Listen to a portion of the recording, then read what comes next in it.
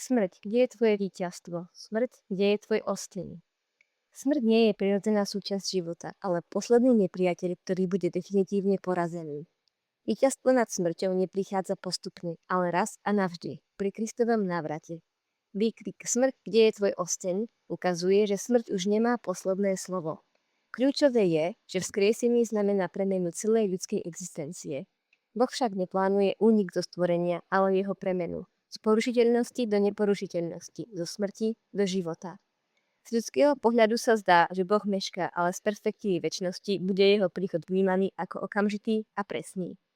Myšlienka na zamyslenie.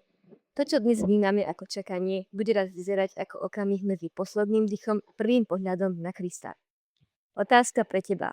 Ako by sa zmenil svoj pohľad na súčasné ťažkosti, keby si ich začal vnímať z perspektívy už veľmi blízkej večnosti?